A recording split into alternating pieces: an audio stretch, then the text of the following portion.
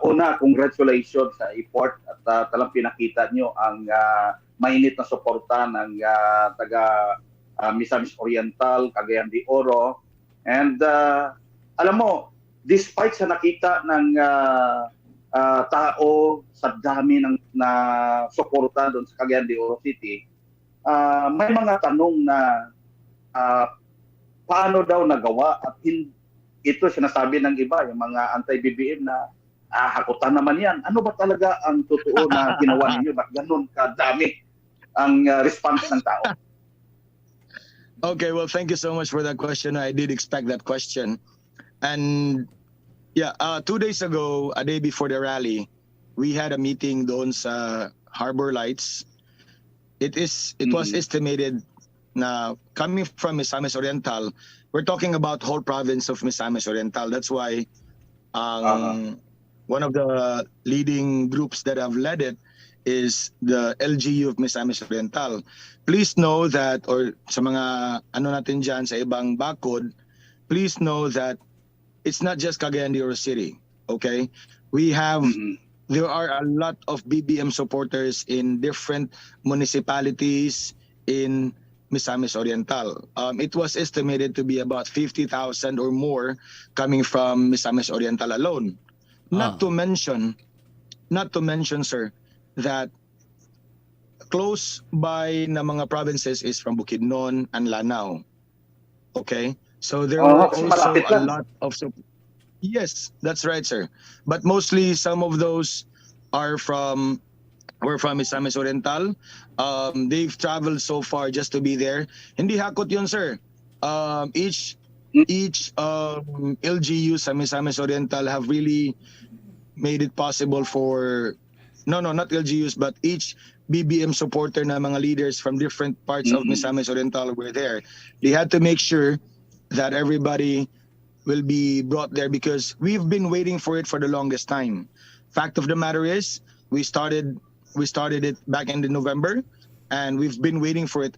People were clamoring to have BBM-Sara here, and I would say that we're one of the fortunate provinces or cities that have been visited. And no, it's not fake. As a matter of fact, people were there outside the Pilais Sports Center that were not able to get inside because it was already full. And if you were able to see the streets of Veles, people were there to show their support. Maski they're not able to see BBM or have a glimpse of BBM in person, but they just want to be there, shout their lungs out in support of BBM. And I'm one of those, sir, that, we're really shouting my lungs out to show support to BBM-Sara, sir. And the whole Uniteam senatorial slate. Yes. Ibig sabihin, sir, kahit kayo namangha, nagtaka na, ba't ganit ang expectation ninyo, mga 50,000 lang, ba't ito, lumampas to, dumami pa? No, I'm sorry, let me correct myself. 50,000 or more from Misamis Oriental. CDO alone will be able to fill the Pilais Sports Center. But to give it a conservative view, we actually estimated about 150,000 all over that would attend the rally, sir. So that's CDO City combined with Misamis Oriental and some other places din sa Mindanao, sir. O sa Northern Mindanao, rather. Now, sa after ng successful na Grand Rally na yon, kumusta ngayon ang sitwasyon dyan sa Cagayan kung pag-usapan ang BBM against dito sa Pinklawan? Kasi dalawa na lang yata ang talagang makita natin na naglalabanan ngayon. Yung iba, wala na eh. Kasi may nakita ko kagabi na video na grupo ng Pinklawan dyan sa Cagayan at dumadaan, merong nagsisigaw na BBM pa rin. Gaano kainit ngayon ang sitwasyon in terms sa kampanya kung pag-uusapan ang BBM-Sara laban dito sa Pinklawan? Okay. Well, thank you so much for that question, sir. And you know what? About 3 days ago, I'd like to bring you back sa birthday ni Lenny. Kailan ba yung birthday ng nanay mo, sir? Mga last week yun. The other day yun eh. Kasi dito ko sa Manila nung nag-birthday siya. Ah, Yeah, I think that was Saturday no, siguro. anyway, Oh. Saturday Mm. evening. Yeah. Mm-mm. Okay. Oh. Yeah. Saturday. Yes. What happened was, um, yes, that was Saturday. Nag we had a meeting doon sa amphitheater, meeting about the Unity concert, the pre-rally concert, and Mm-mm. they were there shouting their lungs out as well in support of in support of Lenny. And of course, we were supposed to Mm-mm. continue the meeting. However, of course, narinig namin yung mga chant nila. So what I did, so Oo. sabi ko, punta tayo doon. We're also gonna shout for BBM, and I think there's nothing wrong about that because we live in a democratic Mm-mm. country. As long as we're not hurting anybody, I think we're good. Mm. So yes, so we chanted BBM, and to think it's the birthday of Lenny, but there were only a few of them. I have the video. There were only a few of them. So if we're gonna talk about CDO or Misamis Oriental, is it for Lenny? No, Mm-mm. I don't think so. It's gonna be for BBM-Sara. Thus, the rally told us that this place, CDO and Misamis Oriental, is all for BBM. And to think that was on a Tuesday, right? People had works, people had jobs to do, but everyone was wanting to be there. So I don't think that Lenny would stand a chance here. And if you're gonna talk about Mm-mm. kanang sa campaign, we have been posting tarpaulins, example kani sa Ah. Luyo Nako. We had been posting it, Oo. and tomorrow we will be doing so as well. And when we talk to people, they are, as a matter of fact, they are wanting us, sir, please mag hang tarpaulin dito sa amin, 'di ba? And they said, sir, Mm-mm. you know what? Mabuti ba kayo, sir, kasi you are asking permission. We do not just, yes guys, we are not just okay putting tarpaulin here, putting tarpaulin there without asking Mm-mm. permission. We are always asking permission because I know that hindi man kami makikita ni BBM, hindi man kami na makikita ni Sara, but we respect whatever they would wish to happen. And we're not even putting tarpaulin sa mga trees because I know Sara and BBM would not like that. Mm. So when you're gonna talk about, and also we did three random surveys, sir, from the biggest Mm-mm. markets in Cagayan de Oro, in Cogon Market, in Carmen Market, and we also went to Divisoria. And outstanding, as people were really voting or choosing BBM and Sara. Majority. So I don't think majority, sir. I have the videos. Mm-mm. I have all of those. Say in a sample of 60 respondents, 40 of which sorry, 50 or 40 of which is for BBM, Oh. di ba? And 40 or 50 of which is for Sara. That's how we Cagayanons love the tandem, and I know they are a force to be reckoned with. I heard that there would be another Lenny rally in Cagayan. No, I don't think that they would be able to gather so many people. I don't think so. So Sir. yes, Ah, totoo po ba yung matagal nyo na raw itong pinaghahandaan, January pa? yes, we have been waiting for it, sir, for the longest time. Yes, and we've been preparing for that since January. You know what? We just got the go signal last week, but before that, we have already been preparing for it. So when the news came out that they're gonna be here in Misamis Oriental, so we're already good to go. Yes, sir. So, sir, alam mo mayroong solid north sa Northern Luzon, sa Cebu Oh, naman yes. merong one Cebu for BBM. Ngayon, may tanong ko kung sa Cagayan de Oro, Misamis Oriental, masasabi natin na 70, tulad ng survey, 70% is ito, talagang BBM-Sara to kumpara sa ibang partido. Yes, sir. If there is solid north, there is also solid south. You know, 70% is true. if you just be here, you would be able to see people really expressing their their support of BBM and Sara, sir. Yes, I would say, and you know what? There are candidates out there that would want to take part, that would want to have a piece of the pie. They say there's Rosa, there is Isa, Isko Mm. Moreno, and Sara, and there's also Lenny and Sara, because they know how strong Sarah is. Yeah. And Sarah is partnered with BBM.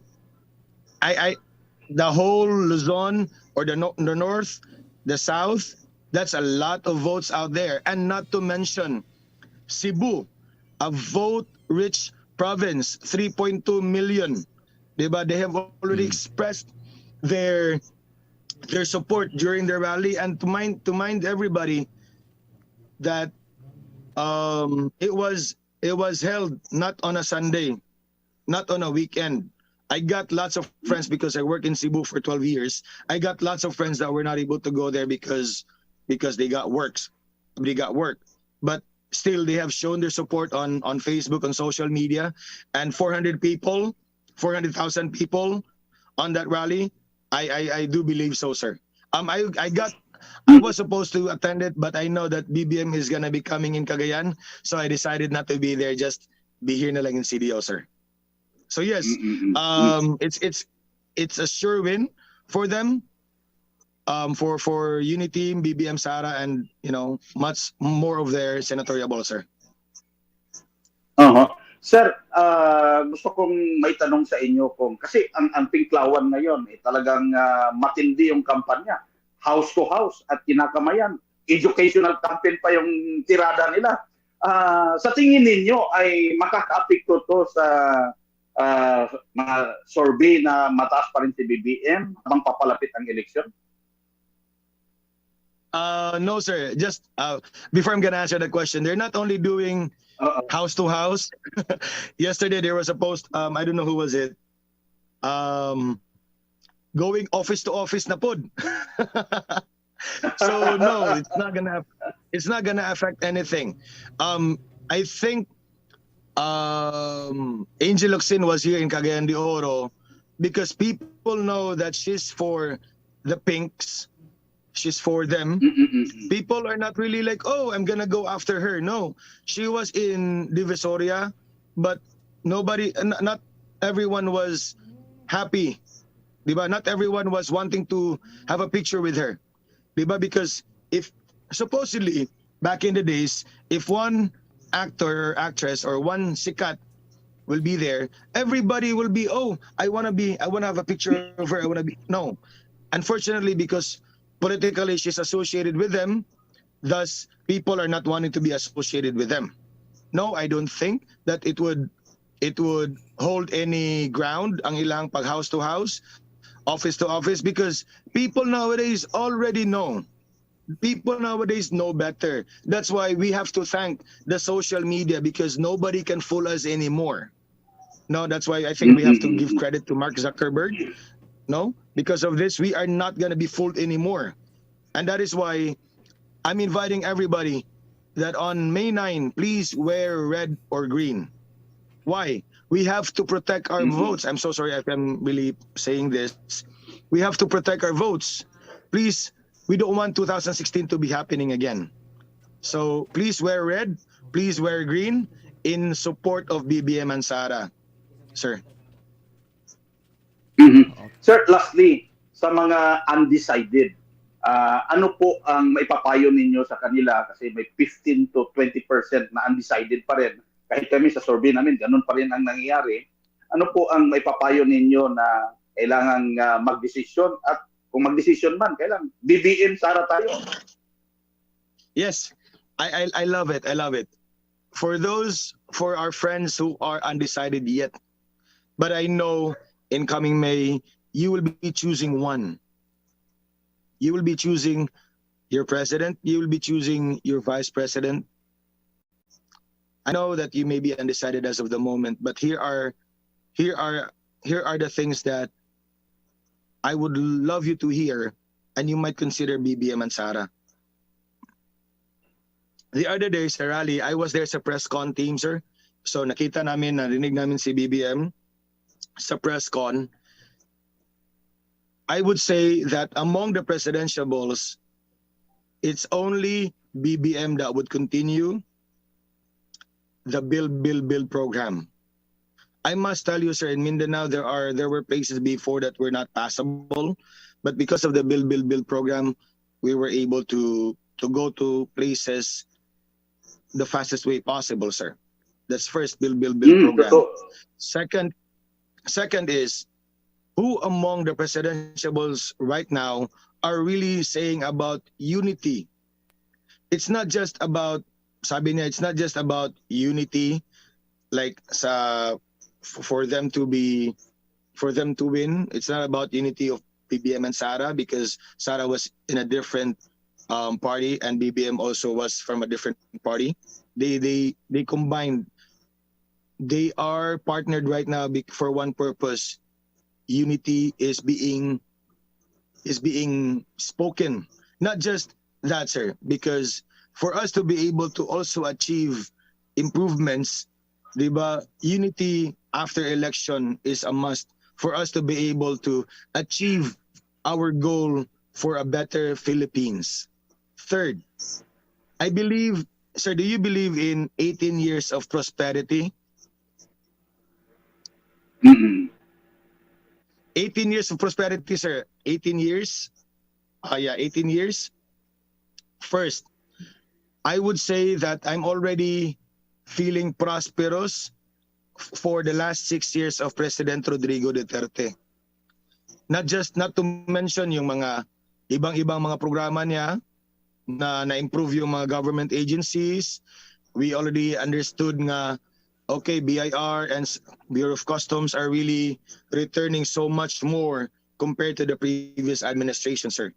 That's 6 years of prosperity. If we are gonna be choosing the right leader this coming May, that's BBM and Sara, we will add another 6 years of prosperity, sir. So that's 12 years. 12 years, right? By 2028, we already know, we have already set the standard so high that we will be choosing Sara Duterte to be the next president. So we are going to be talking about 18 years of prosperity. And you know what?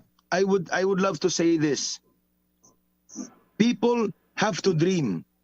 We Filipinos have to dream. Why? Because if we're not going to dream, we're not going to go anywhere. And to tell everybody that by then, I'm not saying that we're going to be in par with Japan or South Korea or Singapore, but we have to aim so high so that our standards would go high, and we would, if we're not going to be able to reach that high, at least we are near them. I don't think that we're gonna be far from them by then. We just have to make the right choice this coming May 9. We have to make the right choice so that we would have a better Philippines. You know what, sir? I'm not doing this just for myself alone. I'm doing this for my kids. I'm doing this for the future generation. If we're gonna choose the right leader right now, we might not be able to. I'm not saying that I'm too old. No, I'm 36 years old, but our kids will benefit from it. If people were, if the next generation will ask us, how did we fare in the 2022 election? Did we choose the right leader? How are we gonna be able to answer them if the wrong leader, if the wrong person wins, diba? So that's why we would be able to flaunt, we would be able to say out loud that in 2022, we have chosen the right leader. That's why it has affected you now, or it will be affecting the future generation in a good way. So for those undecided, please consider all those. I got so many to mention, but consider all those. Sara Duterte has made Davao a better place in continuation of what her father did.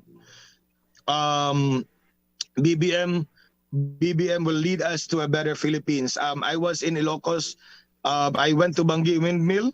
I know people will say, no, it was not his idea and all of that. No, he was the governor that time. Had he chosen not to, had he chosen not to accept it, diba? Where would be there? Where would be where would be them right now, diba?